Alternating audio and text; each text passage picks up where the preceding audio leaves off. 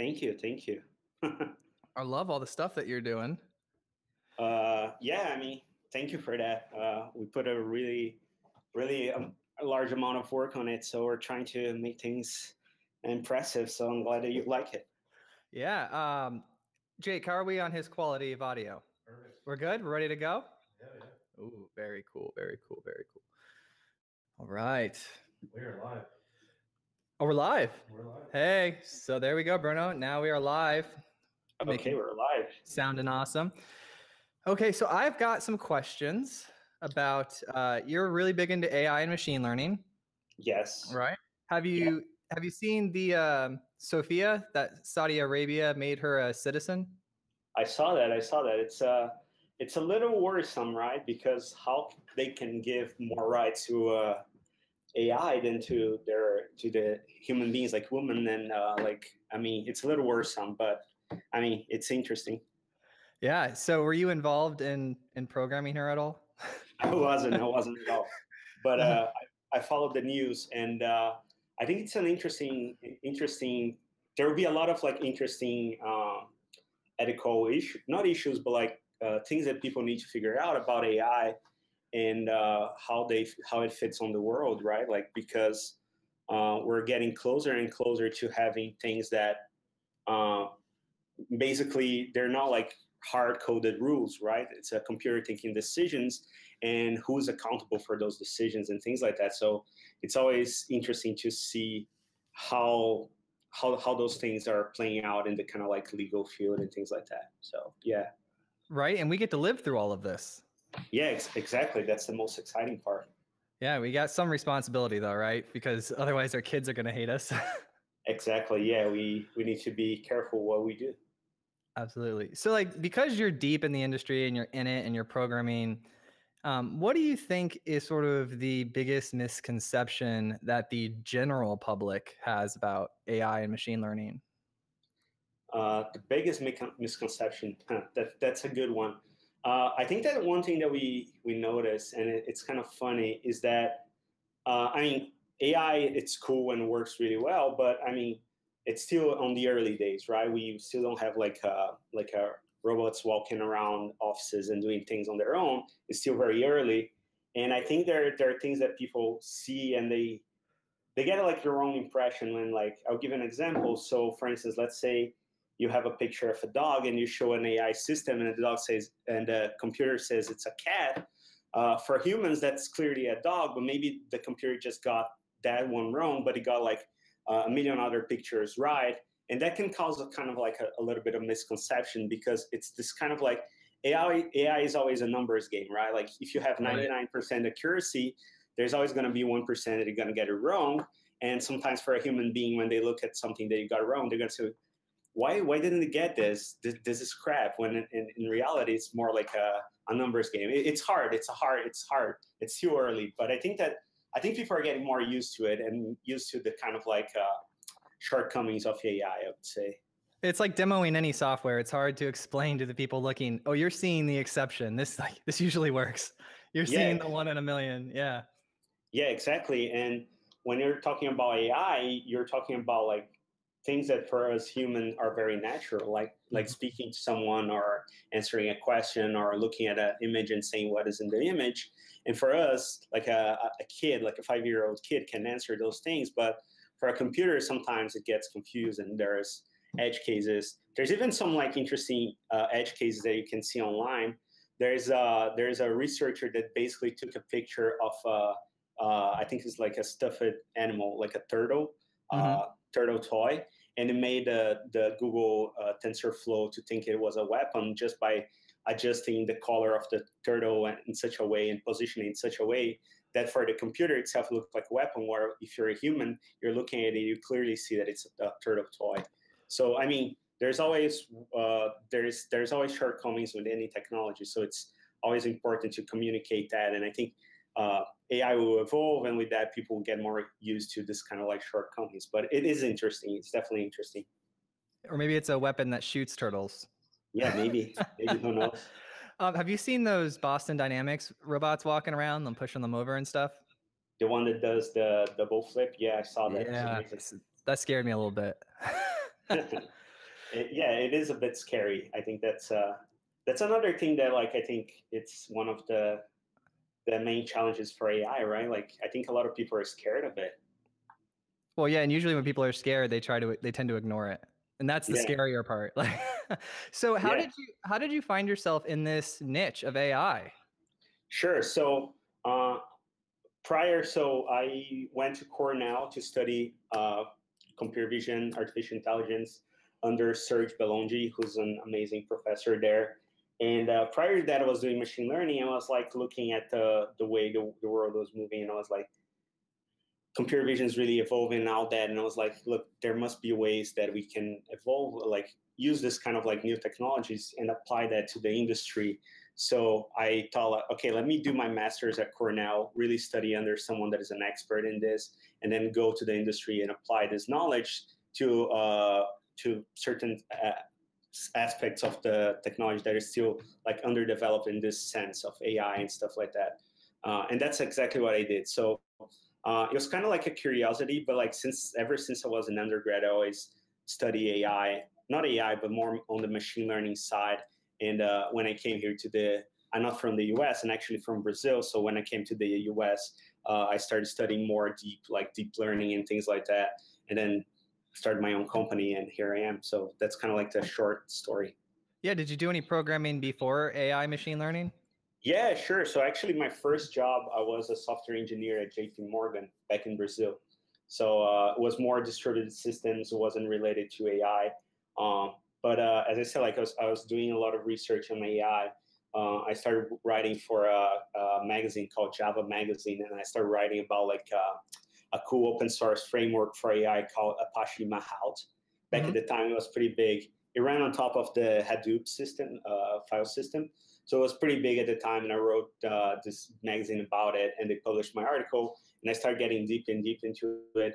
Then I joined another startup in Brazil. I work a little bit on the machine learning there, and I started getting deeper and deeper into that. And then I finally decided, okay, I think it's time to transition to a more kind of like transition to somewhere where I can have a deeper knowledge of like how this work, how this work, and like really under the hood. And that's why I started my master's at Cornell to really understand that.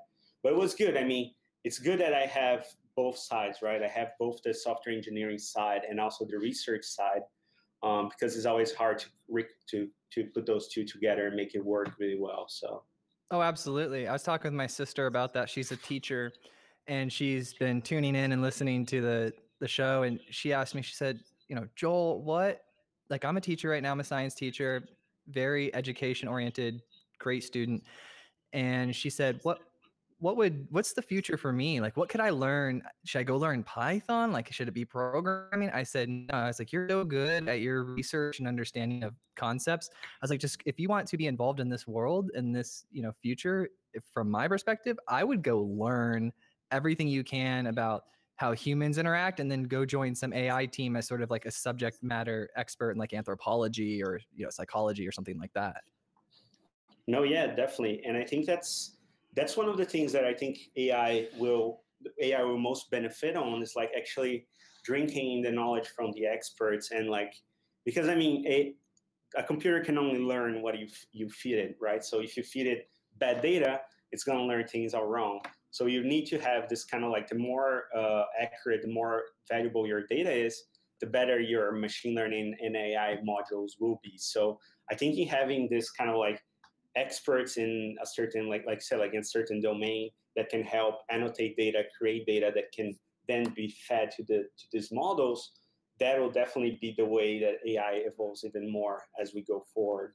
Yeah, I have a lot of ideas, right? I'm a normal person. Normal people have lots of ideas, and I'm guarantee you do as well. You can't be in this world and not be constantly thinking about the future.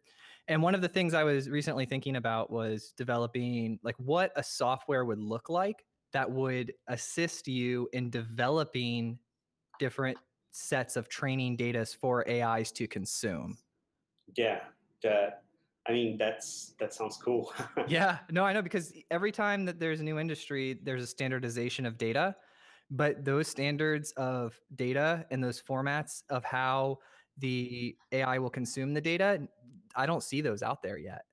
you know? Yeah, it's kind of like a Wild West, right? It is. Everyone's kind of doing their own thing. All the heuristics have their own little way of doing things. It's really, everyone's just kind of, it's like going through this puberty almost, right? Yeah. I have a little girl, my first child, she's 4 months old. And I'm Yeah. watching her, she just became aware of her legs and her feet. Mm-hmm. And watching her like figure out her feet, I'm like, how is she not a machine learning algorithm right now? Yeah. Like she's just trying things, trial, selection, error, variation. She's just trying things and then storing them. And then like, is that not what we are on the most basic level? Yeah. And I mean, definitely. And that also put us in perspective how amazing our brain is, right?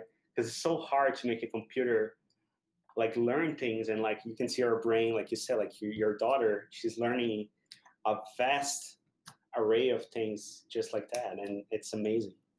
Yeah, and it's interesting about how much processing power it actually takes for your brain to figure out how to start speaking, because we get frustrated when we go train a model and it takes 2 or 3 hours to train a model, right? Yeah. But she's had what, 4 months times 20, all those days times 24 hours. I mean, she's had a couple thousand hours of training already, and she's just now learning to move her feet, right? Yeah. So it kind of, and then you correlate that with the amount of processing power that the brain has and all that good stuff, and it's just like we're not that far off. Yeah, it's true. It's true. Very cool. What are your thoughts on voice? What do you mean by voice? Like the Alexas, the passive consumption of voice, being able to say, "Hey Alexa, order me coffee," or "Hey Alexa, Amazon me a surfboard," right? Like, what are your thoughts on how voice and AI and all that stuff? Because they're collecting a lot of data right now. They've got the whole world telling voice commands and learning a whole lot about people. Yeah, and I mean, that's the thing that most people don't notice. There's a lot of products out there that basically you're paying for them, and they're actually collecting data about you to train machine learning models. I don't know if you ever got the Google CAPTCHA that asks you like which of these images has like a car or something like that. Oh yeah.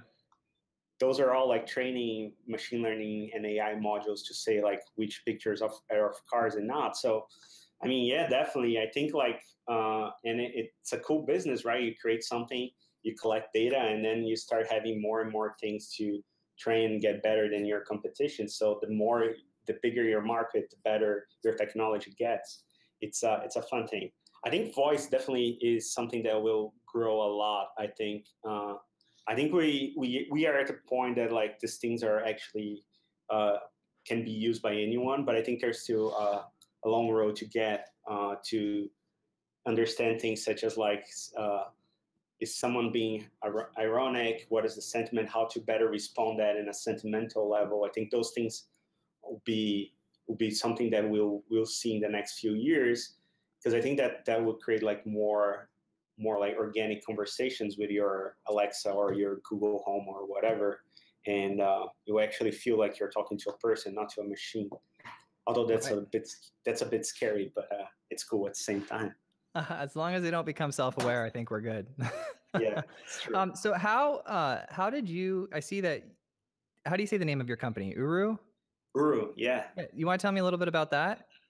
Yeah, sure. So Uru started from, or me and my co-founder we met, and we started from the belief that the word of like media, the word of like media consumption is changing, and we believe that it's moving towards something that is more visual, right? So people are more and more looking at videos and things like that. And due to that, we believe that advertisement needs to change and adapt to those kind of mediums. So it doesn't make sense anymore for you to just go into because before you had TV, you knew all the programs that would come up. But now when you have a live stream, someone's live streaming, you don't have previous knowledge of like, what is that person talking about? What is happening on the screen? When I should put my ads against this content, and how to better put those ads. So I think our idea was that this belief that like things need to change and things need to be informed by this visual content. And that's where we started. We actually started by thinking of like, look, how can we drink in this video content and solve this problem, which is like creating better advertisement experience for visual content, that is coming. And that's where we saw a good fit for AI, machine learning, computer vision to understand the video content, AR content, live video content, any kind of visual content, and then automatically parse that, understand what it's talking about, finding the best brands to be against it, and then immerse those brands inside the visual feed in an organic way. So doing that whole pipeline and making that seamless for advertisers is where we want to get to. And we believe that that's going to solve a major pinpoint, which is this kind of like, how do brands approach people in this new kind of media that's coming up? So, well, look, you absolutely brilliant. So that got me psyched before the call when I was looking at what it actually does, because first of all, it shows your diversity and your ability to take and work with technology, the programmer side of you, but also the human EQ side of you to understand what brands actually want, right? How to merge the two. Yeah. And so, if I'm going to bet on anyone, I'm betting on Brunno, right? Like it's smart what you guys did. And I love it. At the same time, right after I thought, oh, here we go. This is going to get acquired by like a Facebook or something. And I'll tell you why. I run ads on Facebook, right? And Facebook videos, and I can select an audience to show a video to and some traits. And they offer the option of me being on the quote unquote audience network, where I run as videos after or before content, but there's nowhere in there I can say that I want like a specific type to avoid a specific type. I don't think they're doing anything like that. At least they don't offer options to the advertisers. And if they see your technology as something that could be plucked up and acquired and then put in and bring value to their customers, that's like all day. So have you talked to Mark about this at all?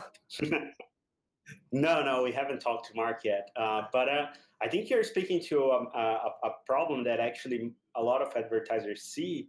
And I can even tell you a bigger problem, which has been seen on YouTube the last couple months, which is like, sometimes your ad is going to appear against videos that are unsafe.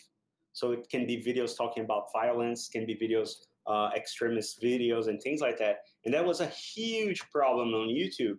And the reason for that is basically because advertisers are basically advertising against audiences or very broad categories, but they don't know where their ads are showing up in the videos. And we believe that that's a problem, especially now that you're going to a place where, like, look, if I'm making like a live stream right now, you have to understand what I'm talking about before you put an ad against it. And there's no way for you to do it besides understanding what the visual content is. So the visual and audio as well. But so I think there's a huge space there, and that's our belief that like this is a huge problem that needs to be solved. I fully agree, and that is rare. So like 9 times out of 10, I hear the startup ideas or the new technology white space ideas. I'm just like, okay, yeah. But this one, I was like, in my mind, like clicked, like I just got it. So how far are you guys through funding and stuff like that?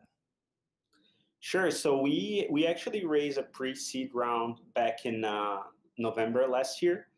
That was led by amazing investors here in New York City. November last year, I mean 2016, not 17. Sorry, I still adjusting my calendar to 2018.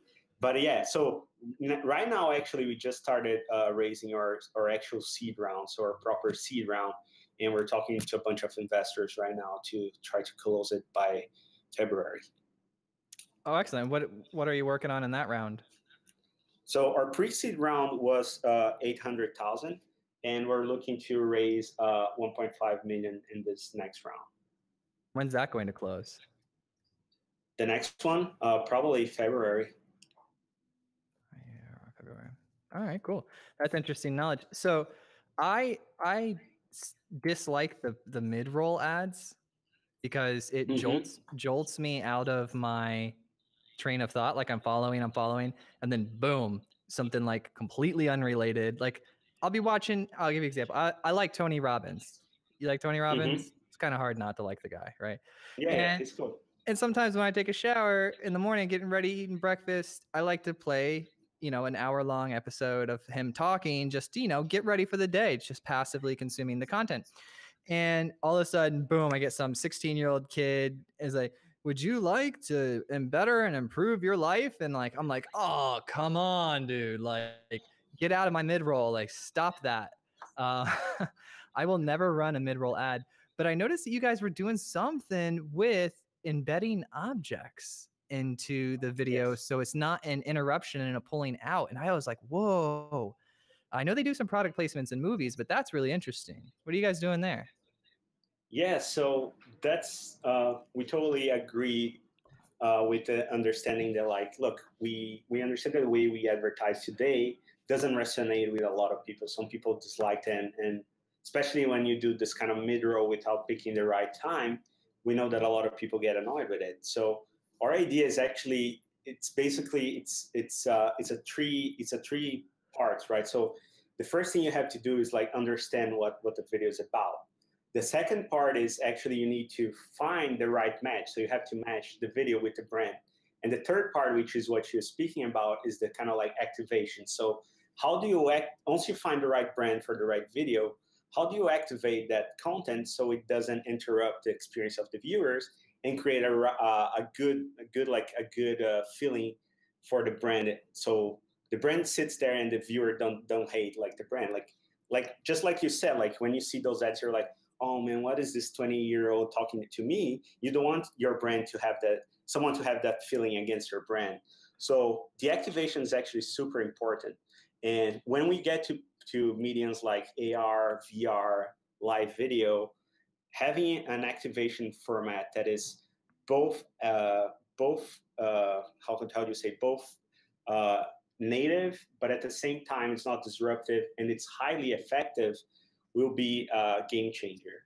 And our idea there was basically, like you said, like, look, product placement is one of those things that people notice it. It's been in here for a while, but the main thing was it's not scalable, right? When you think about product placement, you actually need to ship a product to someone. They have to put in their set and then they have to shoot it with it.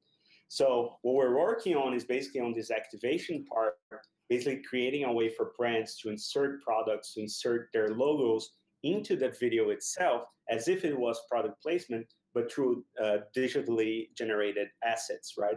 So imagine how cool it would be. You just you send your Nike and you send your logo, and now in a video, every time there's a billboard, we put the Nike logo there on the billboard automatically. And that can be done on a video. It can be done per viewer. So a viewer might see on the billboard Nike, but another one might see Adidas and things like that. So we do think. Yeah, go ahead.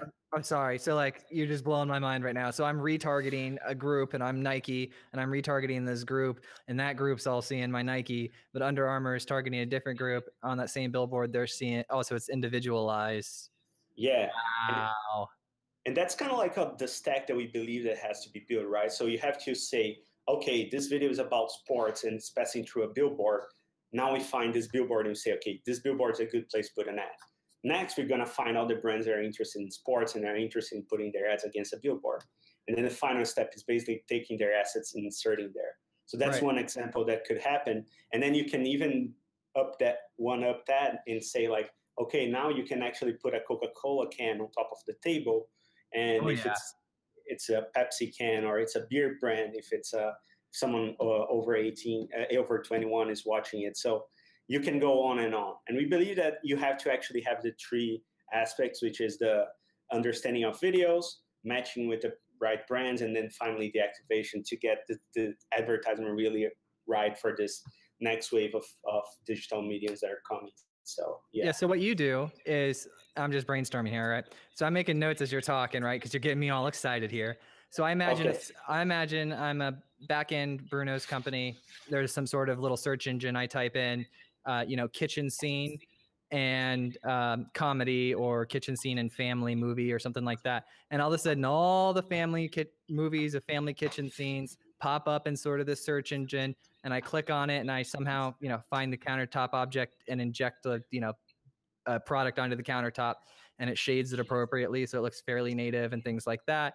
And maybe this is some sort of awareness campaign. And then I go over and I'm hooked up with, like, let's say the Netflix or the Crackles or the Amazon videos. I'm hooked up with these video providers.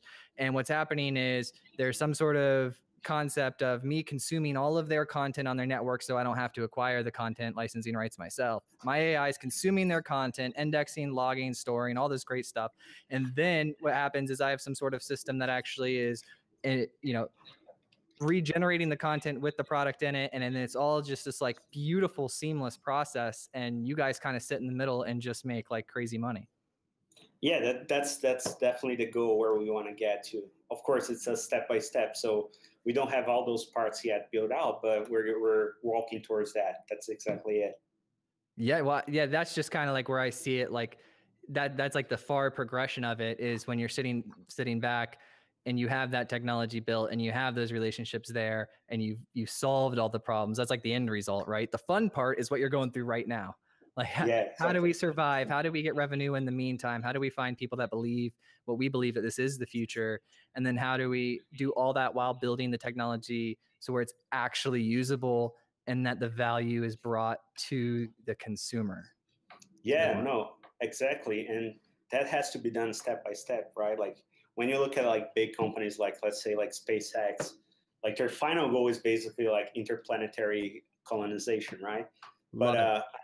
But I mean, for you to get there, there are steps. You have to be alive. You have to keep your company alive.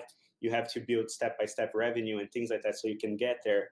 So we also understand that we cannot just aim for we have to keep the end goal in line and we have to walk towards it. But there are milestones that we have to hit in the meanwhile. And I think, yeah, like you said, that's the fun part. It's basically figuring out those milestones, working towards them. Once one is complete, walking towards the next one. And the cool thing is like when you look from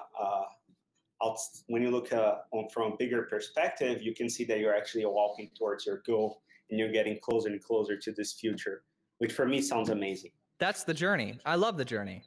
Yeah, the journey is amazing. I was talking to my wife about this last night. She has recently started refinishing furniture for fun, right? Because we have a baby, so she has to be at home with the baby. And so she's got, 6 hours of downtime while the baby's napping here and there. And then so she started refinishing some furniture and she's really gotten into it. And it's really, really good. And I asked her last night at dinner, I said, hey, all right, imagine we're in the future and you could pay $150 and then boom, zap, instantly in your brain, you're a woodworking expert. So you can go do whatever you want. You could go do anything you wanted with woodworking and you know all the techniques. And I go, would you do it? I go, no health consequences, nothing. Would you do it? And she looked at me and she said, no. She goes, I like the journey. She goes, I like learning. I like figuring out the techniques. I like the aha moments. And I'm like, oh, I'm glad I married you. Right. Yeah, no, yeah, you're totally right. The journey is the fun part. Well, that's also, we kept talking and I said, you know what, you're right. Because I don't know, after 15 years of programming 60 hours a week and knowing how to build anything I want to possibly build, right? And I'm just like, okay, what next, right? Because once you've mastered something, it's kind of just like, all right, what's the next step? What's new? So like Elon Musk's life, that's not boring. He's always mastering something new. Yeah, Elon Musk is, that's a cool thing. Also, like, not talking about Elon Musk, but just being like an entrepreneur and have your company. It's a huge learning experience that you learn so much and so much outside of your domain. That's super cool. Absolutely. So I have here on the notes that some topics you were interested in talking about were rewriting systems and poor code. Yeah. You've come across some brownfield projects then? No, I think it's interesting. I was actually reading one of your posts about the spaghetti code MVP, right? Yeah. Yeah. So I think it's interesting how people, how can I put this? So I think people still have to, I always had this belief in my mind, which is like this, look, if you're building a prototype, it's one thing, but if you're building an actual product, doesn't matter if it's an MVP, it has to work well and it has to be something that you can at some point scale up. Even if you have to rewrite some parts, it has to be something that can be refactored easily, right? It cannot be like a spaghetti code or things like that. Mm-hmm. And I think that you're right. There's a lot of like people nowadays that just like oh, I'll just write like whatever just to and put that in production, and it's a little worrisome. Oh, 100%. Because I'm assuming you read the comments. That's what you're talking about, right? Yeah, yeah. It was really interesting how, and I mentioned, so that's piece of content. That was like a rough sketch of content for the book, right? Because I put all the different articles out as different chapters to kind of get a rough sketch to see what people responded to and to kind of improve it before I published the book. So after seeing all that feedback back and forth, I went and, probably double the size of the chapter to address that about, you saw people wanting to use it to make an excuse. I'm going to here's the excuse, or the reason why I'm not going to write good code is because it's a prototype or an MVP. And I look back at that and I say, no. There's only two reasons why you don't write good code.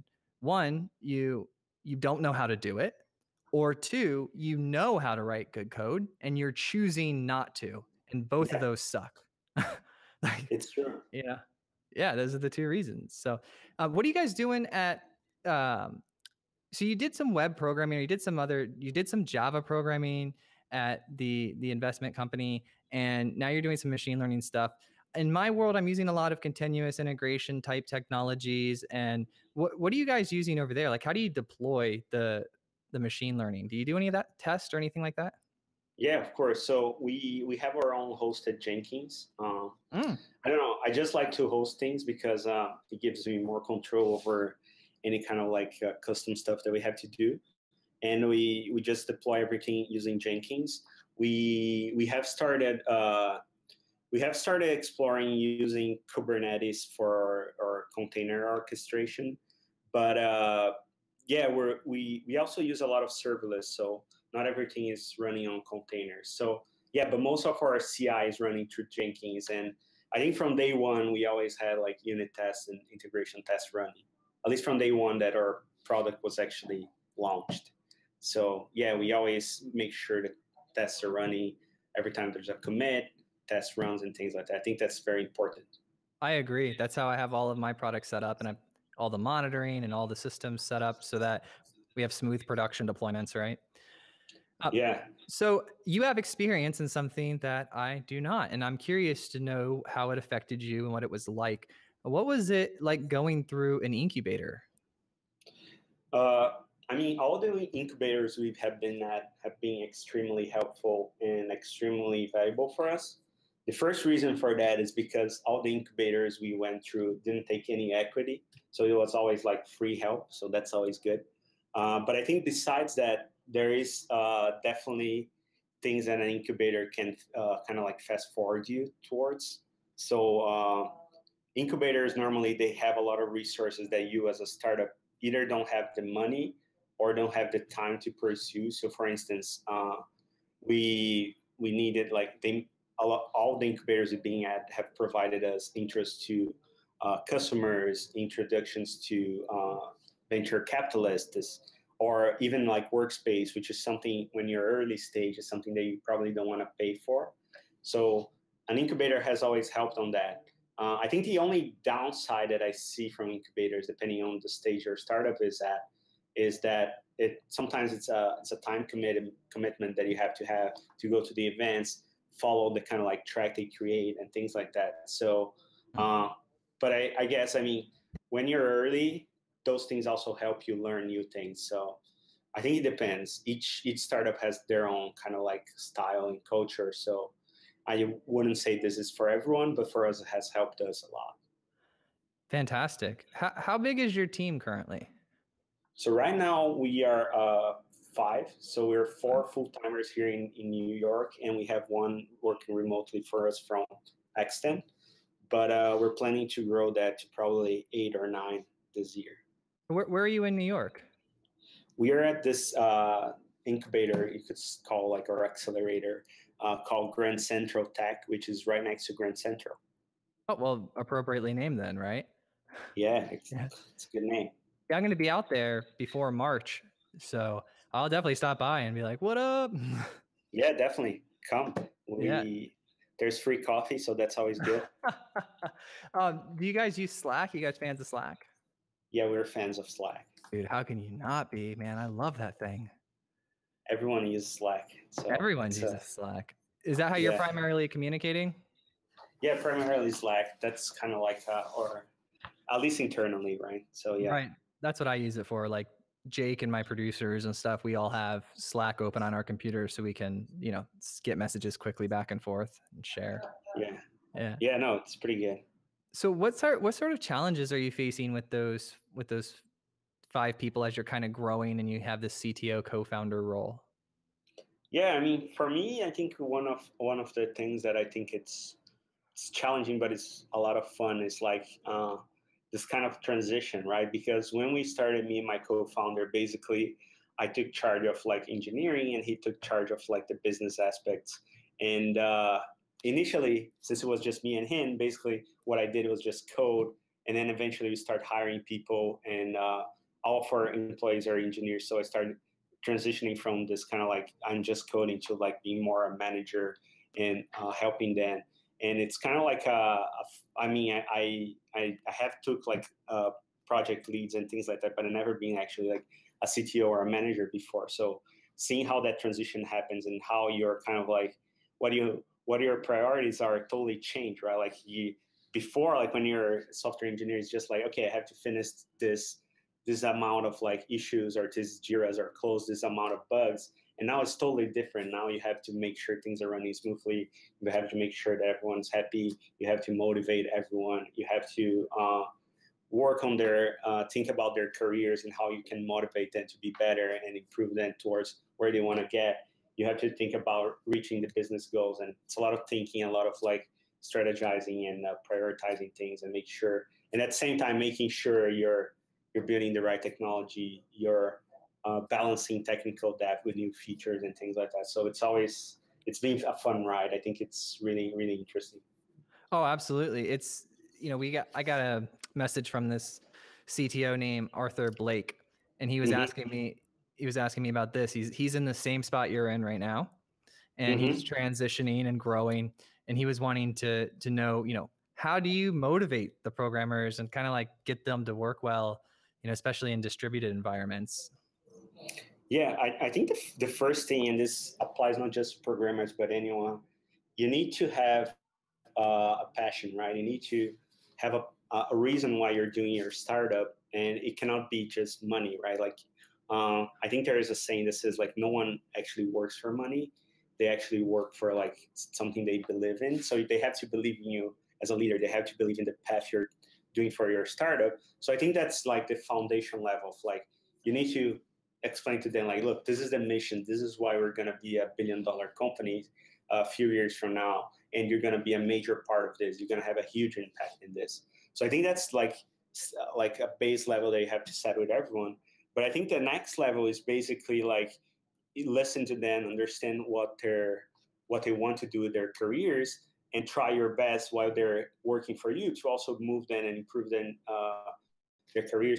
They can get to that point. So we have people in our team that really like to like publish papers or speak at conferences, and we try our best to when time enables it, to make sure they do those kind of things and they're happy with it, and they feel part of the team. They feel they're important, and they feel that they contribute. Because in the end, like if we don't have anyone working for us, we basically will just fail. So the people that work for you are the most important ones. So it's really important to motivate them the right way. Right. So it first starts with having the right people, right? Yes. Because if you don't have the right people, then you're doomed from the get-go, you know? Yeah. And then after you have the right people, if you have like the quote unquote perfect people, right? Then it's about building and keeping the momentum going. Yeah, exactly. Yeah. So you mentioned it. I don't know if you were referencing the article that I wrote, but I wrote one called "People Don't Work for Money; They Work for Momentum." Yeah, I think so. I think that's the one I read. Yeah. Yeah, because it's true. Like if you come into work, like the money is great when you're getting the job, right? Yeah. It's like, oh, I can live and I can afford my life. That's exciting, you know. Usually, often when it's more too than what you were currently making, right? So you get excited about the money. But I'll tell you what, you go into anyone who's been working there through 3 or 4 paychecks, and it's off their mind. It's just something that happens, and now it's about, you know, can you structure your teams in a way that where it's rewarding for them, And can you keep that energy up? And do you have that emotional intelligence to be able to tell when the energy's low? And then do you have the skills to bring it back up? Yeah, exactly. And especially software engineers, I mean, the market is so heat up that if someone wants to leave and get another job, they just can and probably get paid more. So I think salary is becoming less and less important, and things such as like you said, like making sure that you get people that believe in the mission that you're trying to solve and are excited about it, and making sure they're working things that they can see the impact is definitely super important. Absolutely. And then we had a question from Leonard, and he wants to know about how do you choose when and where to test, like throughout the different product cycle. Do you test right from the beginning everything, or do you kind of deploy your code and then make sure it's working and then put tests in place to monitor that it's working? Like, when do you? I know it's a hard question to answer, but do you have just some general nuggets of information for Leonard about when you go to test? Like, what triggers your mind? Sure. So I think the first thing is there are different kinds of tests, right? So I'm from the belief that any development needs to have unit tests, and they have to be done as soon as you're developing your code. So later on, if you want to refactor it, if you want to rewrite your code, you have those unit tests to guide you. And they also make it easier for new developers to come and understand what the code is doing. So I think unit tests should happen from the get-go. So as soon as you start developing, make sure you have unit tests for the things that make sense. And also, like, as you progress, you're going to see that those unit tests are going to become more and more important. Now, when you're talking about like more on the kind of like integration testing and actually having a test case that simulates a user using your product and things like that, I think that's definitely a tricky subject. And the reason that I say it's a little tricky is because we went through a phase where we tried some products and we weren't quite sure if those products would have a market for it. So they were more like prototypes than rather products. So at that point in time, since no one was using that in production, there was no one using besides us when we were demoing it to customers, didn't make sense quite to spend a lot of time working on tests, just because we knew that those things could, like, we could be totally different, or they could just be gone. So I think, like, if your system is at a point where you feel comfortable into like saying like, okay, this is kind of like, I think people are going to start testing this, people are going to start using this, definitely write test code for the most important aspects of it.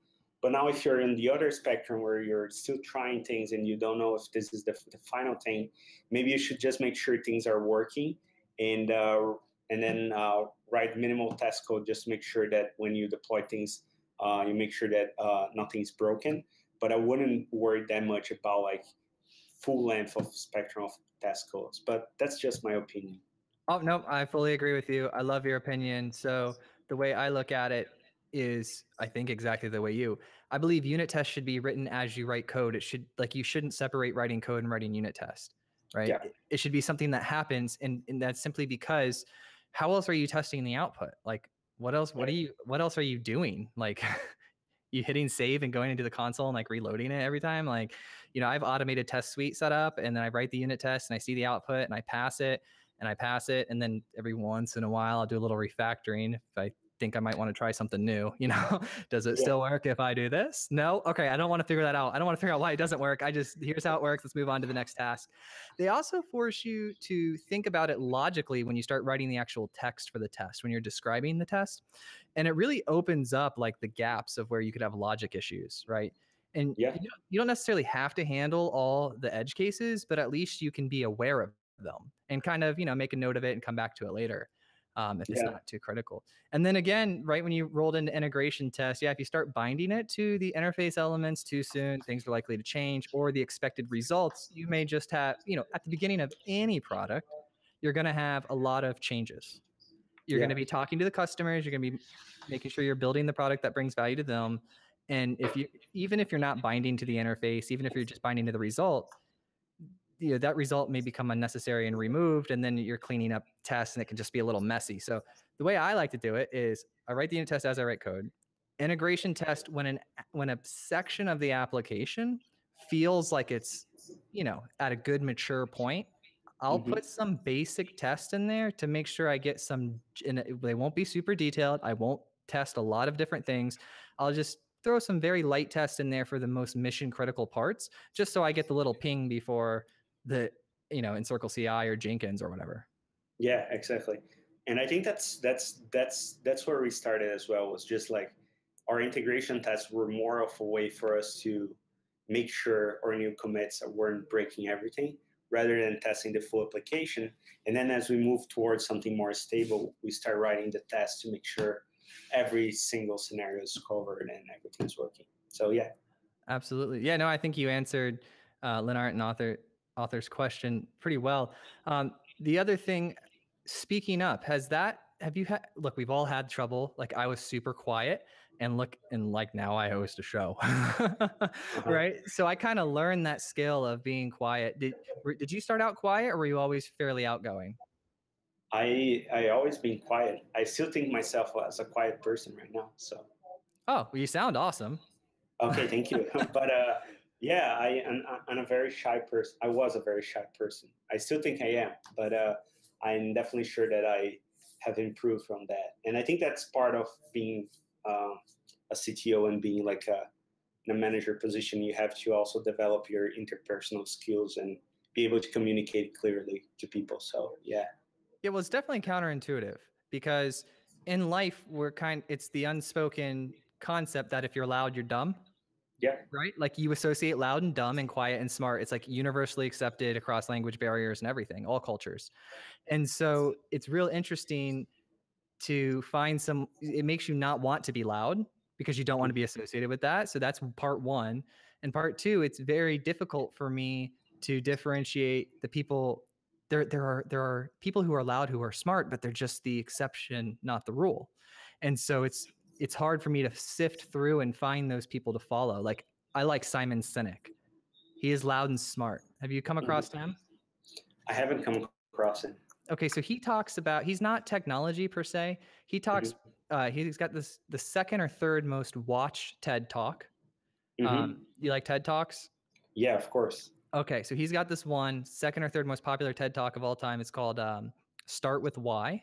And I promise you, Brunno, if you watch that, you and your co-founder will have so much to talk about how you present your brand. It'll blow your mind, and it's like 30 minutes of your time, and it changed my life. I'll definitely watch it. Yeah, and I mean, I'm not surprised that it became like such a popular talk. So, how did you meet Bill? Bill's your co-founder in this project. How did you meet him? We met at Cornell, actually. We're doing the same computer science masters, and we just met, and we actually started working on some different projects. We had similar interests, and I think we both share, like basically, how do I say this? We both share the same like passion for working on things and like being really dedicated to things and making sure things were really good when delivered. And I think we just like that was kind of like, okay, we kind of like, okay, this person is really dedicated. It puts a lot of effort on these things. And then we started working on this project, which eventually turned out to be our startup, which started as a kind of like a research project in one of the classes at Cornell, and grew and grew and grew to a point where we actually spun out as a company. So it was a fun period of our lives. So you guys were both attracted to each other because you both have a passion for your craft. You like care. You're like a skilled craftsman at what you do, and that was like rare. Yeah, and I think also like the kind of like I think work ethics was something that we really liked about each other. I know it's a kind of like a term that it's wrongly used a lot of times, but just like, I mean, everyone has been through college or school, and sometimes you end up with like teammates that don't do a lot of work or don't care that much about what is delivered. Most of the time. And I think when every project that me and Bill work together, we both just like went the extra mile and always tried to deliver something that was like, even if we had to spend like the whole night into the university and just working on it, we wouldn't care. We would try to do our best. And I think that's how like startup is, right? Like you're gonna spend a lot of nights working, coding, answering emails, and doing a lot of stuff. You're not gonna have personal life, a lot of weekends and things like that, and you just have to do because you want to deliver the best you can. So I think that was kind of like the thing that matched us together to do this company. Yeah, and you know, I think about this a lot, right? Because everyone calls me everyone give me crap about not doing as much family time as everyone else, and they have their view of me from their perspective. They say, oh, he's working all the time, he's a work addict, he's a workaholic, he's always doing that.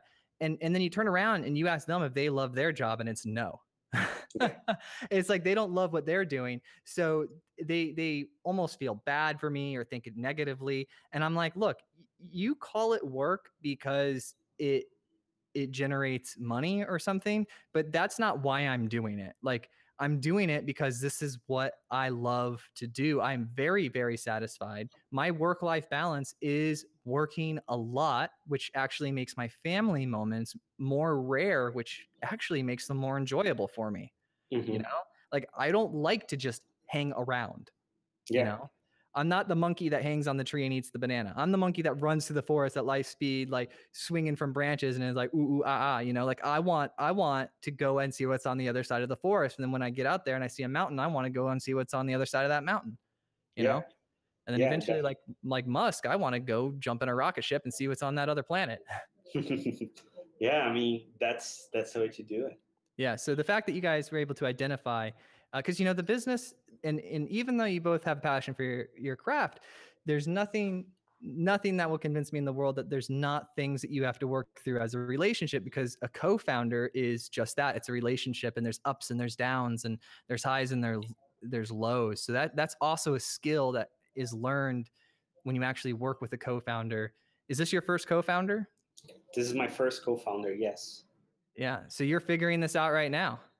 Yeah, no, it's definitely, it's interesting. I think we definitely had our lows and our highs, and I think we learn to respect each other's opinion and learn, like, you basically start to learn how to communicate to each other. So even though there's conflict, it's not a emotional conflict, right? You want to keep things the less emotional as possible and be rational and think through things in a rational sense and figure out the best solution. So I think, yeah, definitely, for sure, it's something that we're constantly learning, but I think we evolved a lot from where we started. Oh, of course, because it's all about that balance, right? Yeah, exactly. Fantastic. All right, so I'm gonna wrap it up with this question, okay? Yeah. Elon Musk calls you up. He's like, Brunno, and you're like, Elon, what's up? You fly out to him, see him, hang out. He's got a time machine waiting for you. He says, this time machine goes 10 years into your past, and you get to talk to yourself for a minute and give your past self some advice. No consequences. What would you tell your past self? Let me think. Start a company earlier, I guess. Start this company earlier? Not exactly this company, but any company. I guess, like, when I was younger, I just like had many good ideas for companies, and I always like thought, like, oh, I don't have the skills to start this. I don't have the skills to start this. And I think one thing that you learn is that if you just wait to have the right skills to start anything, you're probably not going to do a lot of stuff in your life, because some things you just learn doing, and that kind of like pressure pushes you towards being a better person. So I'll just say, like, look, just try it. And if you fail, it's okay. You're going to learn much more. But yeah, that would be my advice. Dude, I couldn't give better advice than that. What a fantastic way to wrap that up. That is, I 100% agree. You just got to do, because that ability to go and try and fail and learn, and that is learning. If you're just reading and hypothesizing and thinking and you're not doing, you're literally going nowhere. Yeah, exactly. And I think, like, there's a lot of there's a lot of people that think like that. Oh, I don't have the right skills. And I mean, you never know. Like, maybe the difference between a person that thinks they don't have the right skill and the person that is doing their job they wanted to do is just that the other person has higher confidence of themselves. So I think you have to try. Well, it's like walking. Okay. Yeah. You know you're going to fall, like you're sitting, but you want the ability to walk. So what do? You Walk. Stand up. You walk, you fall, and then eventually you don't. But as long as you sit there laying down and think, I want to stand, I need to learn how to stand, I'm going to read how to stand, I'm going to plan, I'm going to draw maps and schematics on how to stand, you're never going to walk. Yeah, it's true. You got to fall. Awesome. This has been like one of my favorite conversations ever. Brunno, I'm actually like, I want to, when I'm out in New York City later this year, I'm going to stop by and give you a high five or something. Cool. Definitely. Let's meet up. Yeah. Take some of that free coffee or tea. Yeah. Fantastic. So what was happening while we were talking is the audio was actually being recorded to your HTML5 local storage. Okay. And so now it's actually in your local browser.